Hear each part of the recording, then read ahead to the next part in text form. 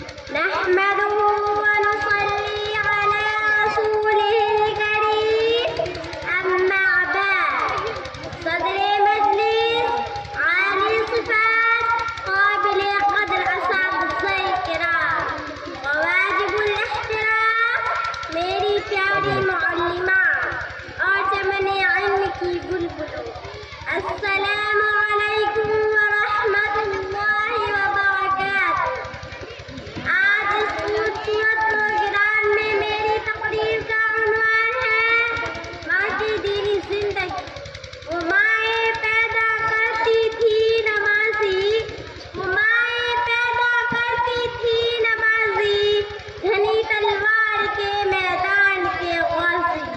وہ مائیں جب کہ لیتی تھی بلائیں، وہ مائیں جب کہ لیتی تھی بلائیں، تو یوں بیٹے کو دیتی تھی دعائیں۔ عبادت میں کٹے بیٹا جوانی، عبادت میں کٹے بیٹا جوانی، شہادت میں ختم ہو زندگانی۔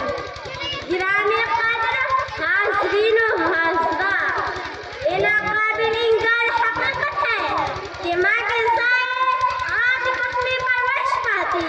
رسم نام ماں کی زندگی کا اثر اس طرح پڑتا ہے جس طرح چٹکتی کلیوں پر لہلہاتے چمن کا، مرجھائی فضاؤں پر نکلتے سورج کا، بے نور آنکھوں پر چاند کی ٹھنڈی ٹھنڈی کرنوں کا، دل و دماغ پر آب شیریں کا، افسردہ جسموں پر پرکیف ہواؤں کا، مردہ جذبات پر اثر انگیز باتوں کا۔ معزز سامعین و سامعات، ماں کی حیادار آنکھیں بچے کو حیا کا پیکر بنا دیتی ہے۔ اس جہاں میں ماں کی زبان سے نکلنے والے شیریں بول بچے کو شیریں سحر بنا دیتے ہیں۔ ماں کی دینی گود میں بلند اخلاق بچے پرورش پاتے ہیں اور میدان عمل کے سپاہی بنتے ہیں۔ میری ایمان بہنوں اور بھائیوں، آؤ میں تم کو ایک حیرت انگیز واقعہ سناؤں جس سے پتہ چلے گا کہ ماں کی گود کیا ہوتی ہے۔ حضرت بختیار کاکی رحمۃ اللہ علیہ جب 4 سال کے ہوئے، ان کی ماں انہیں استاد کے پاس مکتب لے گئے کہ میرے اس یتیم اور لاڈلے بچے کی بسم اللہ کرا دو۔ استاد صاحب نے کہا بیٹا پڑھو بسم اللہ الرحمن الرحیم۔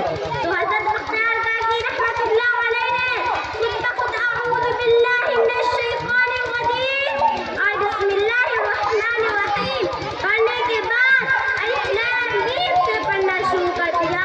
پڑھتے چلے گئے یہاں تک کہ 15 پارے مکمل کر دیے۔ استاد صاحب حیران تھے، انہوں نے کہا بیٹا آگے پڑھو۔